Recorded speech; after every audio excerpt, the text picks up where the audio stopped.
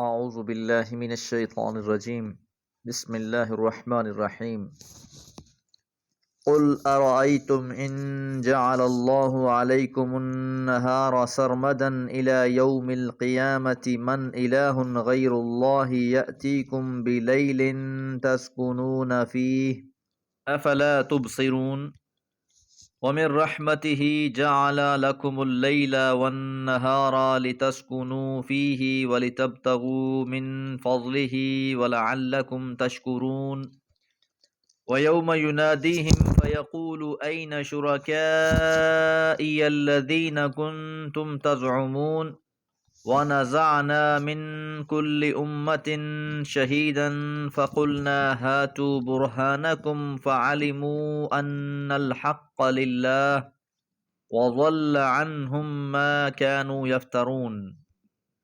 سورہ قصص آیات 72 سے 75۔ آیت نمبر 71 میں ہم نے یہ بات جانی کہ اگر اللہ تعالیٰ تا قیامت رات ہی کو مسلط کر دے تو اللہ کے سوا کون معبود ہے جو تمہارے پاس روشنی لا سکے۔ اب آگے اللہ فرماتے ہیں قل آپ کہہ دیجئے ارائیتم کیا تم دیکھتے ہو ان جعل اللہ اگر بنا دے اللہ تعالی علیکم تم پر النہار دن سرمدا ہمیشگی والا الی یوم القیامہ قیامت کے دن تک۔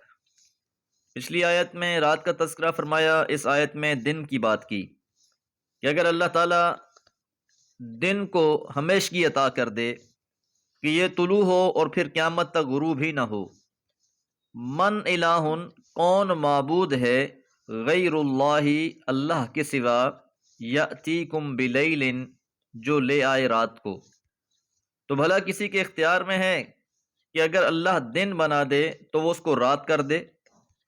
تا قیامت کسی کے اختیار میں یہ بات نہیں ہے۔ تسکنون فیہ تم اس میں سکون حاصل کرتے ہو، تو اگر یہ دن ہی دن رہے تو رات کے سکون سے محروم رہ جاؤ گے۔ افلا تبصرون کیا تم دیکھتے نہیں؟ قرآن مجید کی فصاحت اور بلاغت دیکھیے، جہاں رات کا تذکر آیا وہاں فرمایا افلا تسمعون کیا تم سنتے نہیں، کہ گویا رات میں ہی بات ہو رہی ہو۔ اگر رات کے اندھیرے میں انسان دیکھ نہیں سکتا لیکن سن تو سکتا ہے، رات کی وجہ سے ہر طرف خاموشی ہوتی ہے، ہلکی سی آہٹ بھی سنائی دیتی ہے، اور جہاں دن کا تذکرہ فرمایا وہاں فرمایا افلا تبصرون کیا تم دیکھتے نہیں کہ انسان کی قوت بصارت دن میں بہت اچھا کام کرتی ہے۔ تو اللہ تعالیٰ اپنی توحید سمجھا رہے ہیں کہ یہ سارے کے سارے اختیارات میرے ہیں اور میرے ان اختیارات میں کوئی شامل نہیں ہے۔ اگر اللہ کوئی ایک فیصلہ کر لے تو اس فیصلے کو کوئی تبدیل کرنے والا نہیں ہے۔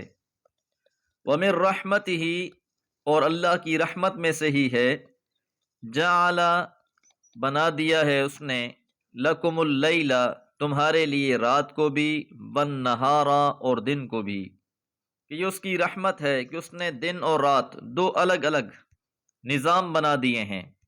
رات کے بارے میں فرمایا وَجَعَلْنَا اللَّيْلَ لِبَاسًا ہم نے رات کو ساتر بنا دیا ہے، اس میں پردہ پوشی ہے، اس میں سکون ہے۔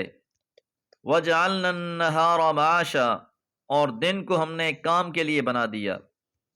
تو اللہ کی حکمتیں ہیں، اس کی رحمتیں ہیں۔ لِتَسْكُنُوا تاکہ تم سکون حاصل کرو فیہ اس رات میں، وَلِتَبْتَغُوا اور تاکہ تم تلاش کرو من فضلہ اس کے فضل کو۔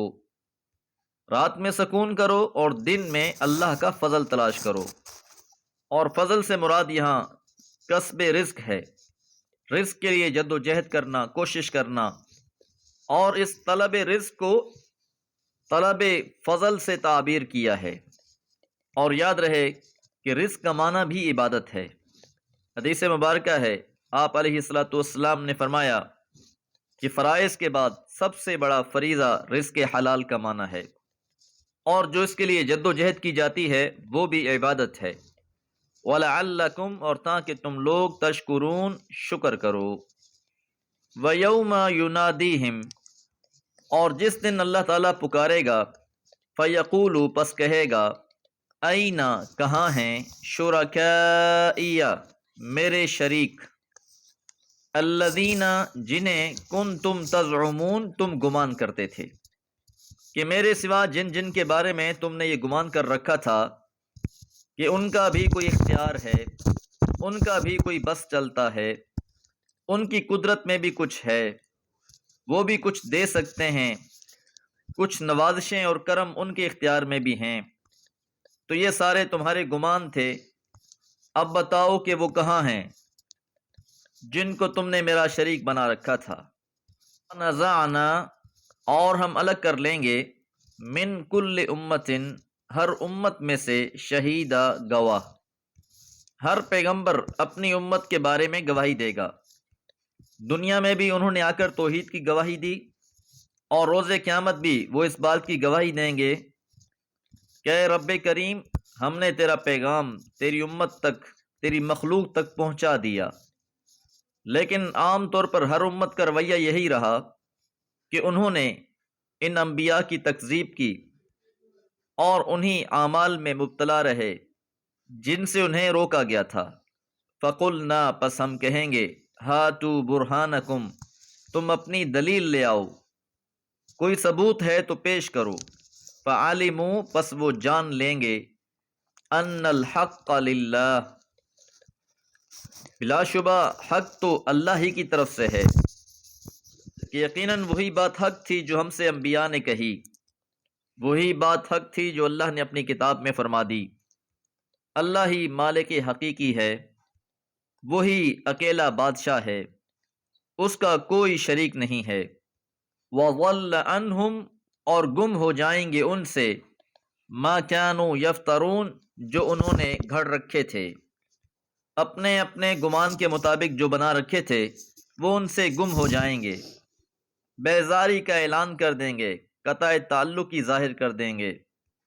پھر وہاں انسان جان جائے گا کہ میں تو حقیقت کے بجائے سراب میں گم رہا، اور زندگی کو روشنیوں کے بجائے اندھیروں میں گزار آیا، مخلوق کو ہی خالق سمجھ بیٹھا، لیکن اس دن پچھتاوے کے علاوہ کچھ ہاتھ نہ آئے گا۔ دعا ہے اللہ تعالی ہم سب کے ساتھ خصوصی کرم فرما کے عزتوں سے نواز دے۔ وما علیہ الا البلاغ۔